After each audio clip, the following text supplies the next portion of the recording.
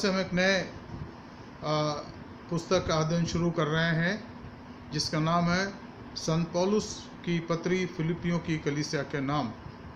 आपको याद है कि जब हम संत पौलुस के मिशनरी यात्राओं पर गौर कर रहे थे और मित्रों, पवित्र आत्मा के सहयोग से हमने संत पौलुस के मिशनरी यात्राओं पर गौर करा, क्योंकि अगर हम संत पौलुस के द्वारा लिखे गए पत्रियों को समझना चाहते हैं, खास करके रोमियो की पत्री को, जिसका अध्ययन हमने शुरू नहीं करा, यहाँ पर बाद में करेंगे, और इन 4 पत्रियों को जो साधारण पत्रियाँ हैं, गलतियों के नाम पौलुस की प्रेरित की पत्री, इफिसियों के नाम, फिलिपियों के नाम और कुलुसियों के नाम, और उसकी और पत्रियाँ हैं तीमुथियुस के लिए, तीतुस के लिए, और यदि माना जाए तो इब्रानियों की पत्री भी। तो इन सारे पत्रियों के अंदर और रोमियो के अंदर हम कलीसिया के उस सिद्धांत का वर्णन पाते हैं जिसके द्वारा कलीसिया चलाई जाती है आज भी। इसलिए इन पत्रियों को जब हम अध्ययन करते हैं तो मैं चाहूँगा कि आप ध्यान से इन पर ध्यान दें और गौर करें ताकि इन खास बातों को हम समझने वाले बन सकें। Dear friends, I am really grateful to the Lord for giving us privilege, and by His leading we could study the 3 missionary journeys of St. Paul, the missionary journey, and wherever he went along with his friend, first of all he went with Barnabas in the first missionary journey, and the second journey onwards he requested that Silas be with him, and there are others also, and Dr. Luca also. They went to various places and proclaim the good news.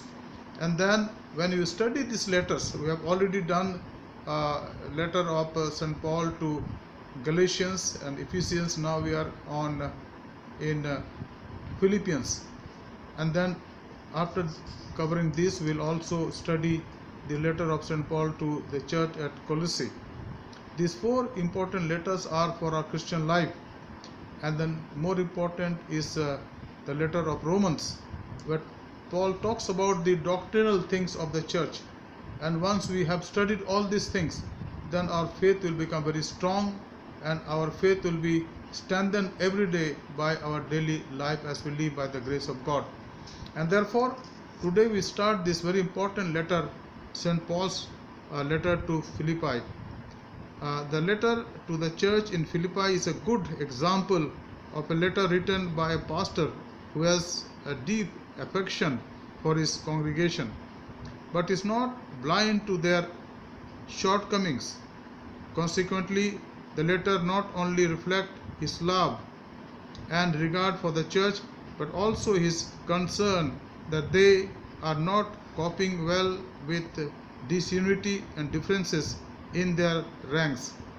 St. Paul is in prison while writing this letter, and you read this concerning that, chapter 1 verse 7 and 13 and 17, and although he expects to be released, it is written there in some connection, chapter 1 22-23 and chapter 2 verse 24, there is still a possibility that he will face a death sentence, yet his strong sense of Christ's presence, his confidence that his life is in God's hand, and his determination to fulfill his calling as a missionary pastor fill him with joy in spite of his all different circumstances.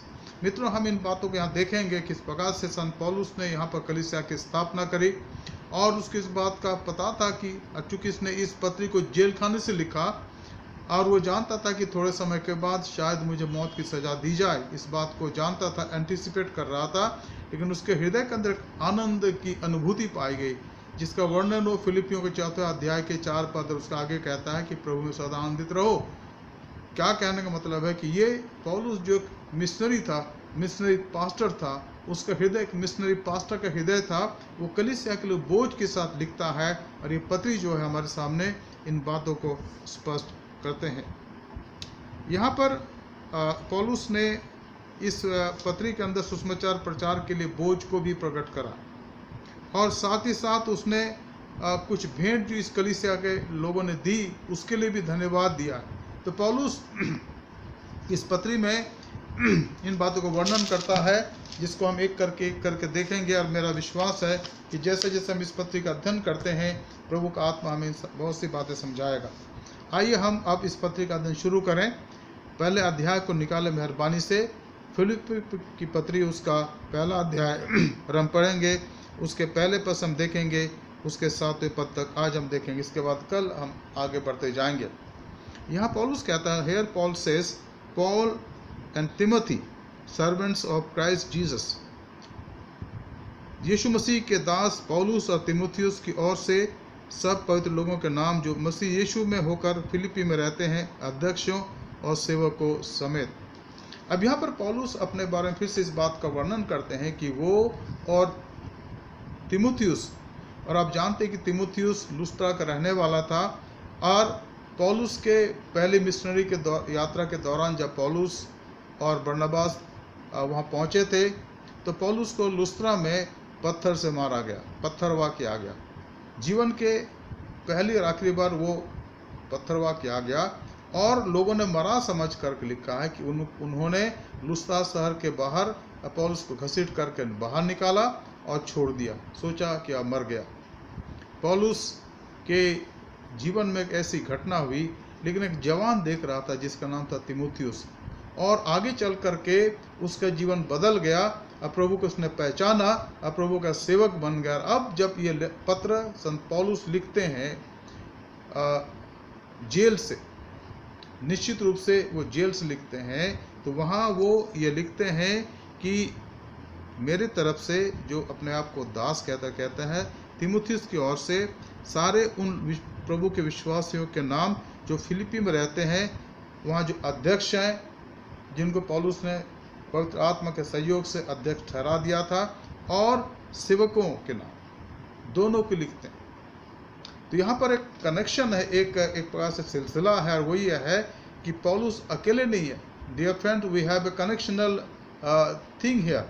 The greetings has been conveyed by Paul and on behalf of Timothy, his spiritual son, to the church at Philippi, to the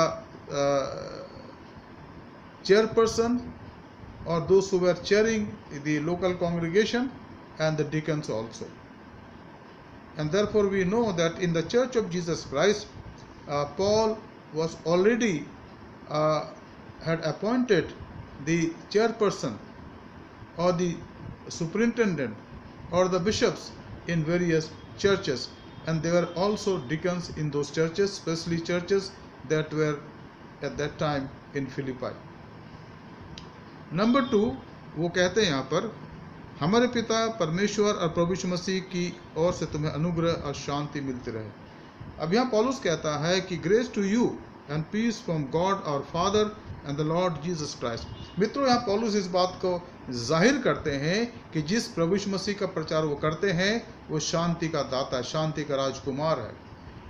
Jesus, about whom St. Paul preached not only during his missionary journey, but now he's writing letters to these churches.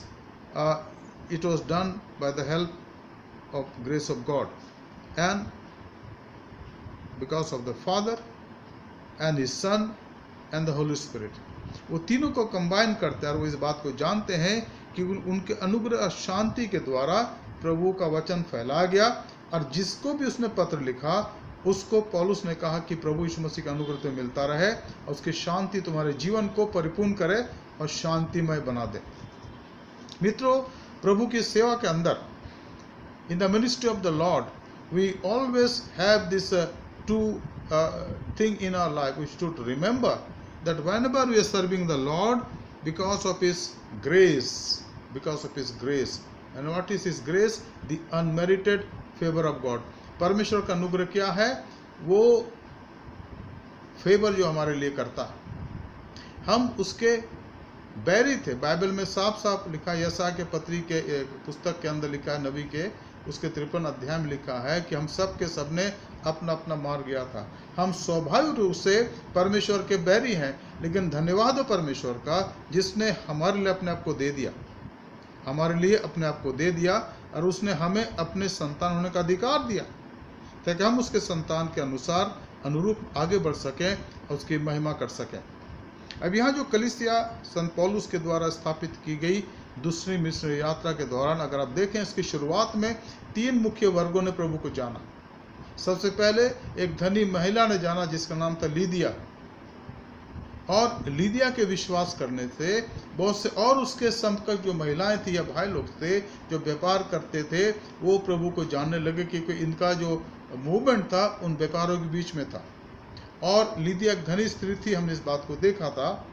उसके बाद हम पाते हैं एक दासी स्त्री को, जो अपने आप में एक दासी थी, एक गुलाम थी, लेकिन उसके अंदर एक भावी कहने की आत्मा पाई गई। We see the second type of person who believed in Jesus Christ in Philippi was a slave girl, and because of her freedom that she attained in Jesus Christ, there was a great work in that area also, in the area of the city of Philippi. उन गुलामों के लिए, उन दासों के लिए जिनके जीवन के अंदर एक आशीषमय किरण का उदय हुआ कि भाई हमारे लिए आशा है। और आशा क्या है कि अगर हम यीशु मसीह पर विश्वास करते हैं, अगर हम अपने जीवन के अंदर यीशु मसीह पर विश्वास करते हैं, तो हमारी ये गुलामी जो है उससे हम नजात हासिल कर सकते हैं। खास करके हमारी आत्मा जो है प्रभु यीशु मसीह में आज़ाद हो सकती है, और फिर हम अपने सांसारिक आज़ादी के लिए प्रयत्न या कार्य कर सकते हैं। लेकिन जो तीसरा वर्ग है वो है गवर्नमेंट वर्कर, जो एक जेल का अधिकारी था। और हम इस सारी कहानी को जानते हैं, मुझे यहाँ बताने की आवश्यकता नहीं किस प्रकार से जब पौलुस और सिलास को बेतों से मारा गया और जेल खाने में डाल दिया गया, तो इस जेलर ने उनके पैरों को काट में ठोक दिया और उनको पटक दिया काल कोठरी के अंदर। लेकिन आधी रात के समय जब एक भूंडोल हुआ, there was an earthquake in midnight and they were singing and all the inmates were listening. और वो जो दरोगा था वो परेशान हो गया, क्योंकि अब ज्योति बुझ गई थी, लौ बुझ गई थी, तो उसने ज्योति मंगवा करके अंदर लपक गया और उनके पैरों पर गिर के कहा, साहिबो मैं क्या करूं? क्योंकि उसने सोचा था कि जो जेल के दरवाजे खुल गए हैं और भूंडोल की वजह से सब कुछ अस्त व्यस्त हो गया, सारे कैदी भाग गए, अब कल सुबह मेरे को मार डाला जाएगा, मुझे मृत्यु की सजा दी जाएगी। लेकिन पौलुस ने कहा, तू परेशान मत हो, हम सब यहीं पर हैं। और उसके वजह से हम इस कहानी को जानते हैं किस प्रकार से उसने विश्वास करा अपने परिवार के साथ। उसी घड़ी वो पौलुस और सिलास को अपने घर ले गया, उनके घाव धोए और खुद बपतिस्मा लिया, प्रभु पर विश्वास किया, और तब पौलुस और सिलास के सामने बाकी जो उनके साथ लोग थे उनके लिए उन्होंने भोजन रखा और एक बड़ा कार्य हो गया। तो 3 वर्ग के लोगों ने फिलिप्पी के अंदर, चूंकि फिलिप्पी में आए थे प्रभु के आत्मा के कहने से, और मित्र यहाँ पर ये होता है, पहले विरोध होता, लेकिन जब प्रभु के आत्मा के अगुवाई में हम कहीं जाते हैं तो पहले विरोध होना है। विरोध को जो हम सह लेते हैं तो फिर प्रभु का कार्य होता है। ये उस समय हुआ और आज भी ऐसे ही होता है। और मैं सोचता हूँ कि ये प्रभु के कार्य करने का पैटर्न है, प्रभु के द्वारा कार्य करने का तरीका है, कि पहले जब प्रभु के सेवक जाते हैं तो लोग सुनते हैं, फिर विरोध करते हैं कि भाई ये गलत हो रहा है, ये हो रहा है, वो हो रहा है। और हुआ पौलुस के साथ, और उनके साथ इतना विरोध हुआ कि उनको बेतें मारी गई और जेल खाने में डाल दिया गया। लेकिन वहाँ पर एक आश्चर्यकर्म हुआ। Then there is a miracle and the jailer along with the entire family got baptized and the church started. 3 वर्ग के लोग कलीसिया में आ गए, लीदिया के साथ व्यापार वर्ग के लोग, दासी स्त्री के साथ वो लोग जो गुलाम लोग थे, और फिर दरोगा के साथ वो सारे लोग जो गवर्नमेंट के कार्य करता थे, धीमे धीमे करके प्रभु को जानने लगे, प्रभु को पहचानने लगे। तो यहाँ पर संत पौलुस कहता है कि तुम सब लोगों को हमारे पिता परमेश्वर और प्रभु यीशु मसीह की ओर से अनुग्रह शांति मिले। तुम्हारे जीवन में जो दुविधा है, तुम्हारे जीवन में जो कठिनाइयाँ हैं, तुम्हारे जीवन के जो सवाल हैं, तुम्हारे जीवन के जो प्रश्न हैं, वो उसके हल तुम्हें प्रभु ने दे दिया है। अब तुम उसके अनुग्रह के अधीन बने रहो और उसका शांति तुम्हारे जीवन में बना रहे। मित्रों, कितनी अच्छी बात है। Dear friend, what a great and blessed thing here. Jesus, the power of Jesus help us that we overcome this obstacle in our lives. That can be anything, but when we put our trust in Jesus, as the 3 type of people worshipped God, started worshipping God, it happens to us also. and that our life, the transformation that takes place in our life, become a channel of blessing to others also. Just as became in the town of Samaria many years ago, when Jesus was in this world, and that lady who was a very dirty life she was living, and nobody would talk to her, nobody will sit with her, because they consider that she is a sinner. But because of her changed life, there was a transformation in that entire area of Samaria. लिखा है कि वो यीशु मसीह को 2 दिन तक वहाँ रखा उन्होंने, और कईयों ने विश्वास करा. Dear friends, that's how the Lord works. When we reject people, when we don't want to listen to them, and we sideline them, we isolate ourselves from them, Jesus works in their life, and a new ray of hope comes to our lives because of their lives, change life.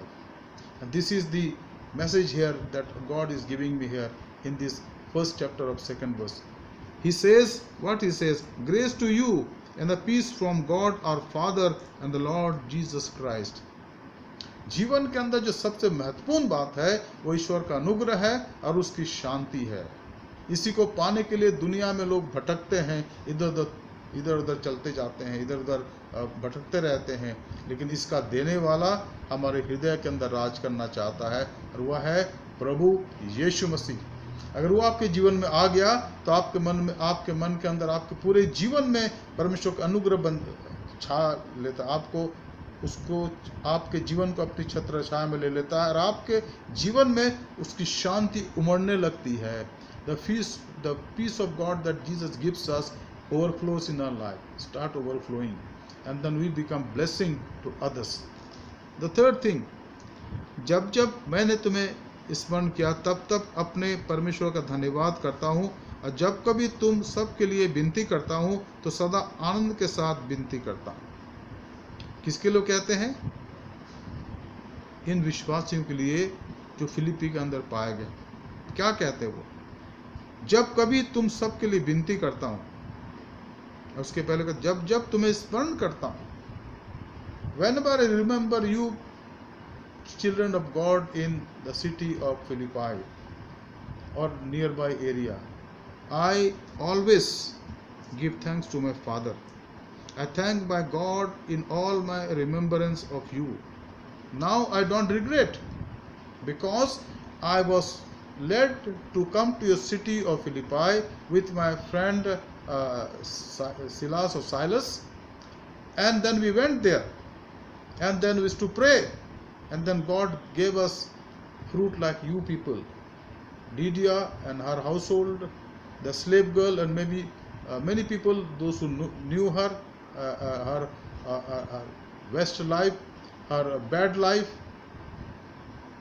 and then of course the jailer, his entire family, and you people and others now, because the time Paul was writing letter to them, Paul was in jail, in prison. And now by that time the church had grew, कलीसिया फिलिप्पी की बढ़ गई थी. तो पौलुस कहता है कि तुम सब लोगों के लिए जब मैं तुम्हें स्मरण करता हूँ तब अपने परमेश्वर पिता का धन्यवाद करता हूँ. मित्रों, यही होता है.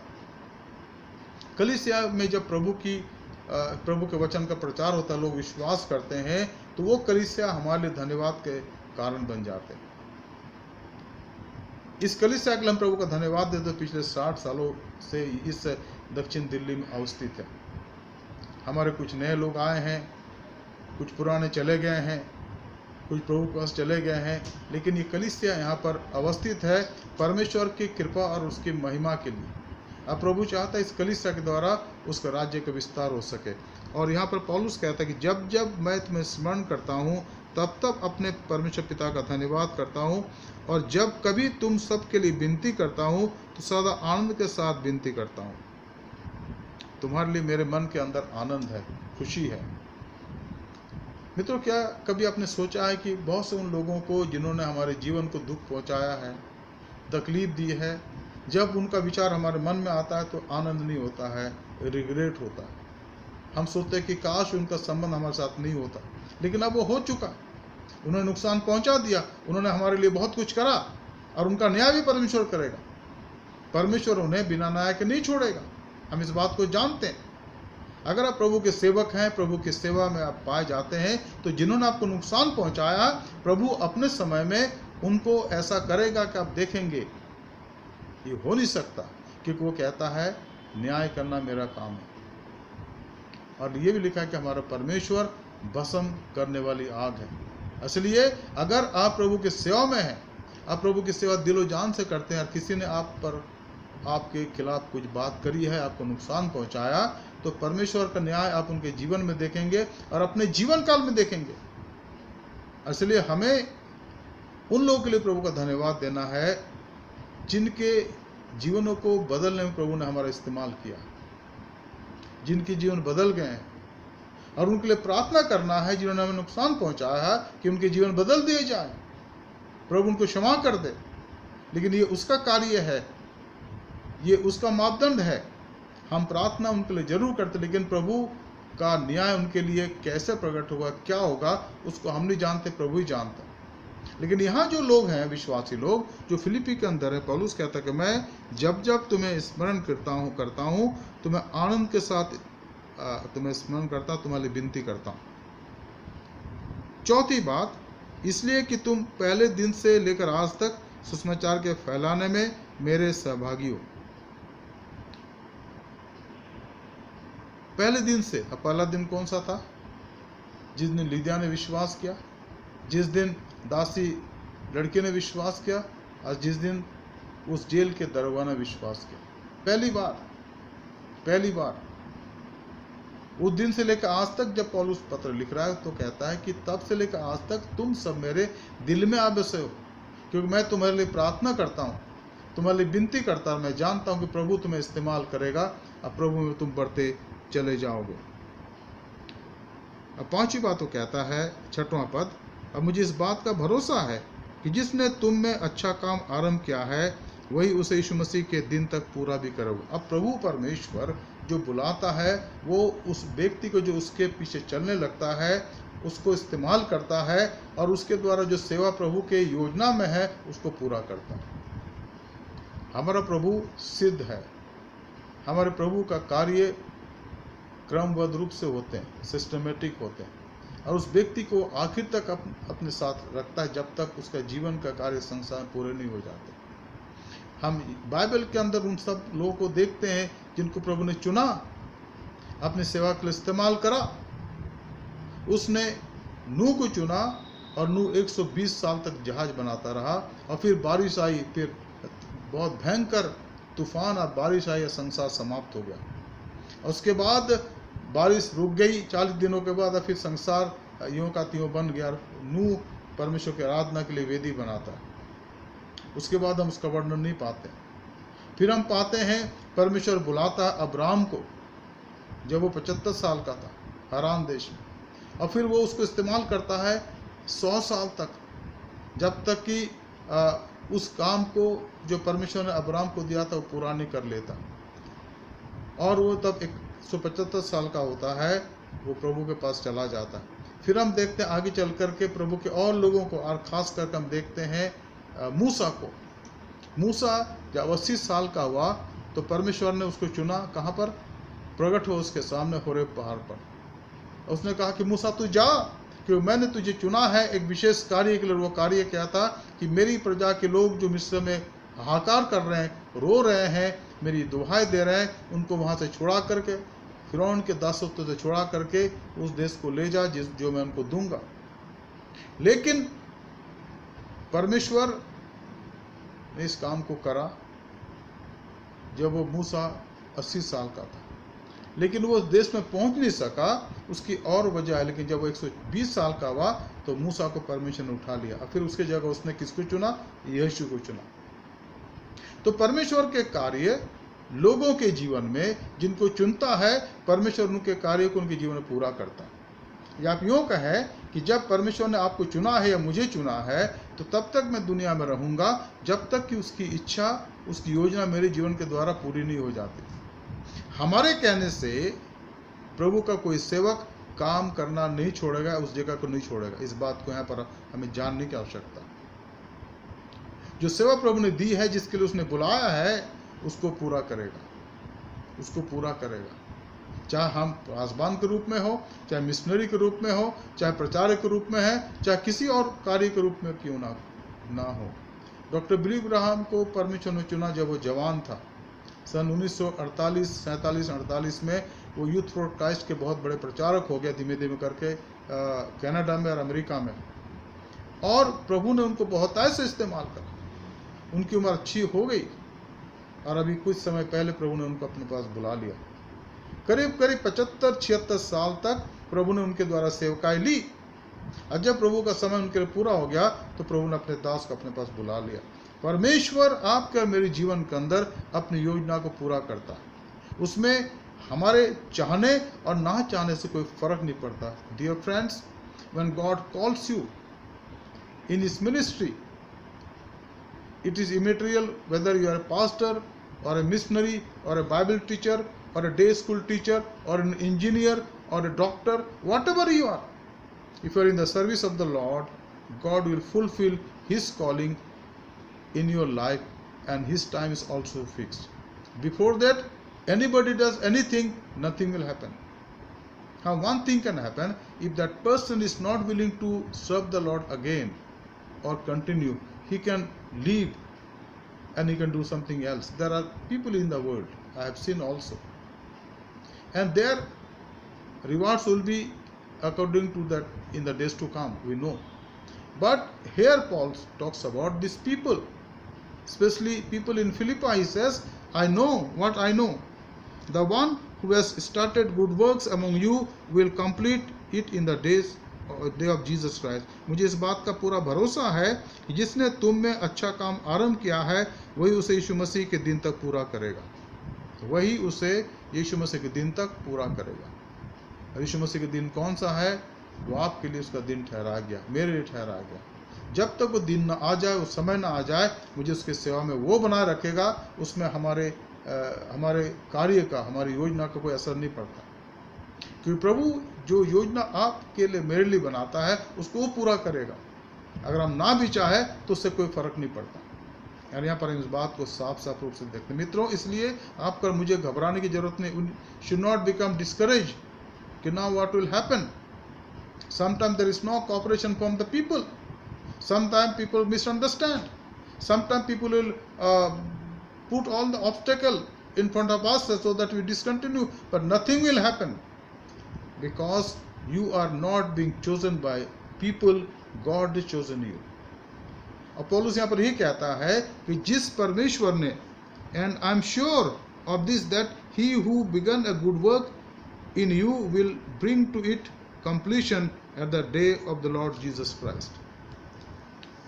हमारा परमेश्वर सिद्ध है, उसके सारे काम सिस्टमेटिक हैं और वो हर एक विश्वासी के लिए योजना बनाता है। और जब तक उसके विश्वासी के जीवन में उसकी योजना पूरी नहीं हो जाती, परमेश्वर साथ रहेगा।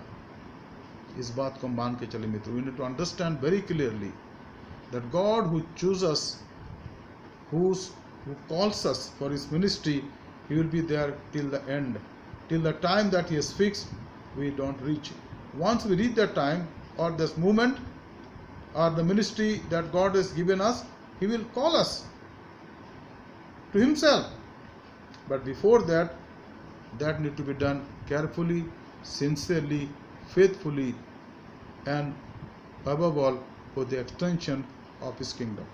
छठी बात, उचित है कि मैं तुम सब के लिए ऐसा ही विचार करूं क्योंकि तुम मेरे मन में आज बसे हो और मेरे कैद में सुसमाचार के उत्तर और प्रमाण देने में तुम सब अब मेरे साथ अनुग्रह में सहभागी हो। ना Paul talks about it is right for me to feel this way about you all because I hold you in my heart, for you are all partakers with me of grace both in my imprisonment and in the defence and confirmation of the gospel. अब ये लोग, कुछ वहाँ के लोग ऐसे थे जो पौलुस के साथ मिलकर कार्य करते थे और जिनको पौलुस अब हिदायत देता है। क्या हिदायत देता है? यहाँ को कहता है कि मैं इस बात को जानता हूँ, मैं तुम सब के लिए ऐसा विचार करता हूँ क्योंकि तुम मेरे मन में आ बसे हो। क्योंकि हमारी एक टीम है, चाहे पौलुस कहता है मैं जेल में हूँ, चाहे तुम आप बाहर हो, लेकिन हम प्रभु में जुड़े हुए हैं और तुम्हारी और हमारी सेवा की है, और हमें सब मिल करके प्रभु के वचन का प्रचार करना है, ताकि हम उसके वचन को दो लोगों तक पहुंचाएं। और उसके लिए हमें प्रमाण देने की आवश्यकता है, और सबसे बड़ा प्रमाण है हमारे जीवन का परिवर्तित किया जाना। और जब हम इसके बारे में लोगों के सामने गवाही देते हैं तो प्रभु की महिमा होती है, लोग प्रभु के पास आने लगता है। वो कहता है, और मेरी कैद में सुसमाचार के लिए उत्तर और प्रमाण देने में तुम सब मेरे साथ अनुग्रह में सहभागी हो। हम उस अनुग्रह के सहभागिता में पाए जाते हैं जो यीशु मसीह का। लेकिन कब? जब हम एक चित होकर के उसमें सुसमाचार का प्रचार करते हैं। मित्रों, आज हम ये रुक जाएंगे, इसके आगे कल फिर से हम देखेंगे। आइए हम प्रार्थना करें। धन्यवाद, स्तुति और महिमा क्योंकि पिता परमेश्वर, स्वर्ग और पृथ्वी के स्वामी, हम धन्यवाद देते इस नई पत्री के लिए प्रभु, फिलिपियों की पत्री के लिए, जिसका हमने बहुत ही साधारण तरीके से प्रभु जी आज अध्ययन शुरू करा। हम चाहते प्रभु की पत्री के इस गहरे बातों को समझे प्रभु, और अपने जीवन को आपकी सेवा के लिए अर्पण कर सकें।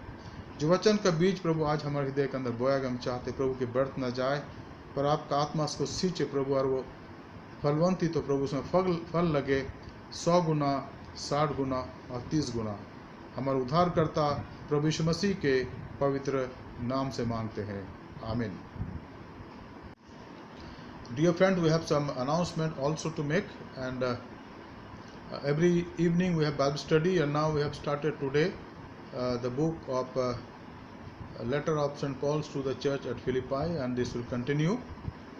And I request you to please invite your friends, your prayer partners, so that they all together we may participate in this Bible study. This is very, very important, my friend, and I know that God is going to speak to us through this letter also. हम प्रार्थना करें अपनी कलीसिया के तमाम लोगों के लिए, हमारे भाई बहनों के लिए, कि प्रभु हमें उसके अनुग्रह में बढ़ाए। जैसे मैंने आपको कहा कि हमारे चर्च का ऑफिस रोज खुलता है, समय सुबह 10:30 से शाम को 5:30 बजे तक। आप आइए, हमसे बात कर सकते हैं। मैं सोचता हूं कि हमें डरने की ज़रूरत नहीं है, हम घर के अंदर बैठे हुए हैं, लेकिन अब इतना कुछ नहीं है। आप सावधान होकर आइए, आइए पादी साहब से मिलिए यहाँ पर, और हम तीनों पास्टर यहाँ पर आपके लिए अवेलेबल रहते हैं। साथ ही साथ मैं चाहूँगा कि हम अपने चर्च फंड पर भी ध्यान दें। बहुतों ने चर्च फंड नहीं दिया, ये एक दुख की बात है। मेहरबानी से अपने चर्च फंड या टाइथ आप मेहरबानी से जमा करें, जब से आपने नहीं दिया है। दूसरी बात, जो संडे की ऑफरिंग है, जो हर संडे आप देते हैं, उसको जमा किया जाता है। मुश्किल से 10 लोगों ने दिया है, जमा करा है। करीब 200 सवा 200 परिवार अभी अपने ऑफरिंग देने बाकी हैं 5 महीनों के। तो मेहरबानी से उसको दे, जमा करें, और इन सब की रसीद आप ले लें, ताकि हिसाब आप भी रख सकें, चर्च में भी रखा जा सके। इसको आप ध्यान दीजिएगा। हम प्रार्थना करें हमारे देश के अगुओं के लिए, हमारे राष्ट्रपति, प्रधानमंत्री, हमारे राज्यपालगण, मुख्यमंत्रीगण, हमारे एमपीस, हमारे एमएलएस, या हमारे उन तमाम लोगों के लिए जिनके हाथों में अधिकार है, कि प्रभु उन पर अनुग्रह करें, दया करें। हम प्रार्थना करें कलीसिया के अगुओं के लिए, खास करके हमारे मैथोडिस्ट चर्च के बिशप्स लोगों के लिए, हमारे बिशप सुबोध सिंह मंडल के लिए, मैडम सुनीता मंडल के लिए, हमारे दिल्ली रीजनल कॉन्फ्रेंस के एग्जीक्यूटिव सेक्रेटरी रेवरेंड सुजीव दास के लिए, हमारे ट्रेजरर रेवरेंड वरिंदर कुमार के लिए, हमारे ले लीडर मिस्टर अनिल नेथनियल के लिए, हमारे हर एक यूथ एमवाइफ के जवान बच्चों के लिए, हमारे संडे स्कूल के बच्चों के लिए, हमारे WCS की बहनों के लिए, और हमारी इन तीनों कलीसिया के लिए प्रार्थना करें। नेपाली कांग्रीगेशन, हिंदी कांग्रीगेशन और इंग्लिश कांग्रीगेशन, कि प्रभु का अनुग्रह हम पर बना रहे। आइए हम प्रार्थना करें। धन्यवाद देते प्रभु इस सुंदर समय के लिए जो आपने दिया। आज हमने प्रभु आपके वचन का अध्ययन करा। हमारा विश्वास प्रभु कि आपने हमसे बातचीत करी है। जो आशीष हमने पाई प्रभु, अपने जीवन तक सीमित ना रखें, उसको बांट सकें, जिससे आपकी महिमा स्तुति हो सके। हमारे धन्यवाद को स्वीकार करें। हमारे उद्धारकर्ता प्रभु यीशु मसीह के पवित्र नाम से मांगते हैं, आमीन। आए हमारे बाप, तू जो आसमान पर है, तेरा नाम पाक माना जाए, तेरी बादशाहत आवे, तेरी मर्जी जैसे आसमान में पूरी होती है ज़मीन पर भी हो। हमारे रोज़ की रोटी आज हम बख्श दे, और जैसे हम अपने कसूरवारों को माफ़ करते हैं, तू भी हमारे कसूरों को माफ़ कर। हमें आजमाइश में ना ला, बल्कि बुराई से बचा, क्योंकि बादशाहत, कुदरत और जलाल हमेशा तेरी है, आमीन। अब हमारे खुदा यीशु मसीह का फजल, खुदा बाप की मोहब्बत, रूह कुदस की फाकत और शराकत हमें सारे के साथ इस समय और हमेशा तक होती रहे, आमीन। मित्रों, यीशु ही प्रभु है। प्रभु आपके साथ रहे, आपकी मदद करे और आपकी रक्षा करे। Have a good night rest. May God bless you. आप सबों को शुभ रात्रि। सबों को जय मसीह की। धन्यवाद।